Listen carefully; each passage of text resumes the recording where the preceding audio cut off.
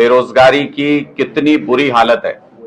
युवा त्राही त्राही कर रहे हैं रोजगार के लिए, लेकिन खास तौर पर इस इलाके में जहां हम बैठ करके बात कर रहे हैं, कैथल के इलाके में, कुरुक्षेत्र के इलाके में, यहां पर बेरोजगारी की समस्या ने एक बेहद विकराल रूप धारण कर लिया है।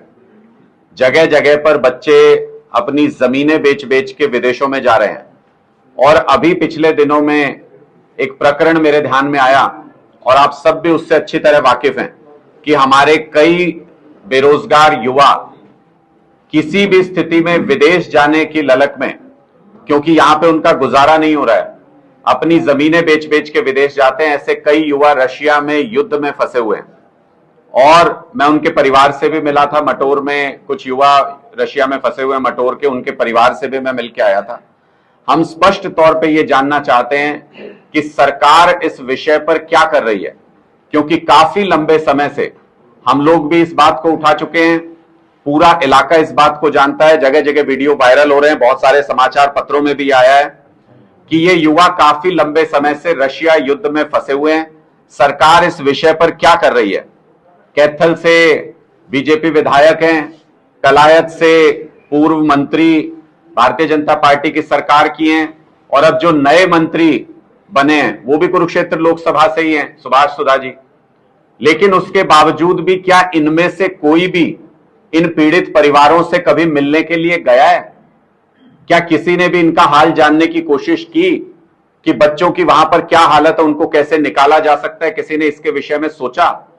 खुद नायब सैनी जी, जो आज भी प्रतिनिधित्व कर रहे हैं कुरुक्षेत्र लोकसभा का, जब तक चुनाव नहीं हो जाते, वो आज प्रदेश के मुख्यमंत्री भी हैं, क्या उन्होंने एक बार भी इस मुद्दे का संज्ञान लिया?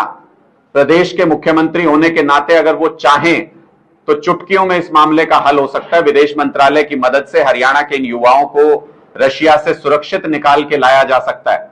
लेकिन क्या उन्होंने कुरुक्षेत्र का प्रतिनिधि होने के नाते या प्रदेश का मुख्यमंत्री होने के नाते इस मामले में एक बार भी दिलचस्पी ली? और तो और नवीन जिंदल जी, जो यहां से उम्मीदवार भी हैं कुरुक्षेत्र लोकसभा से अब भारतीय जनता पार्टी के, वो तो बड़े उद्योगपति हैं, उनकी तो काफी ऊंची पहुंच है, वो तो प्रधानमंत्री जी को भी अच्छे से जानते हैं। प्रधानमंत्री जी से जब अपने कोयले के दाग धुलवा सकते हैं, तो फिर विदेश में फंसे हुए इन युवाओं को वापस लाने के लिए उनसे अपील क्यों नहीं कर सकते? उनकी तो बात जरूर सुनेंगे, उनकी पहुंच बहुत ऊपर तक है।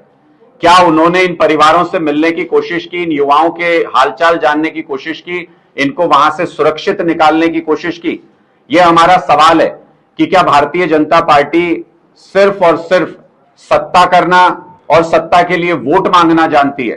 क्या दुख सुख का भागीदार भारतीय जनता पार्टी का कोई भी नेता किसी भी स्तर पर इन युवाओं के साथ नहीं बनेगा? यह समस्या बेहद विकराल रूप धारण करती जा रही है।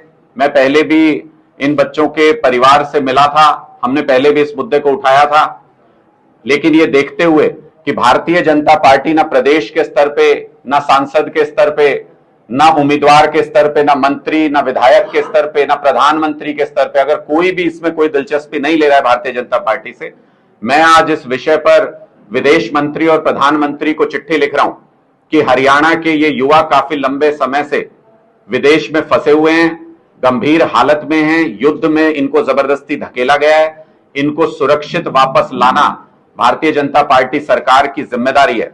और जब चुनाव आचार संहिता के दौरान भारतीय जनता पार्टी ईडी और सीबीआई जैसी एजेंसियों का प्रयोग करके जब विपक्ष के नेताओं को जेल में डाल सकती है, तो क्या विदेश में फंसे हुए अपने युवाओं को वापस नहीं ला पाएगी भारतीय जनता पार्टी की सरकार? क्या प्रधानमंत्री जो दावा करते हैं अपनी एडवर्टीजमेंट्स के जरिए कि उन्होंने रशिया और यूक्रेन का युद्ध रुकवा दिया था कुछ घंटे के लिए, क्या वो अपने कुछ युवाओं को, जो हरियाणा के युवा हैं, जो विदेश में फंसे हुए हैं, उनको सुरक्षित वापस नहीं ला सकते हैं?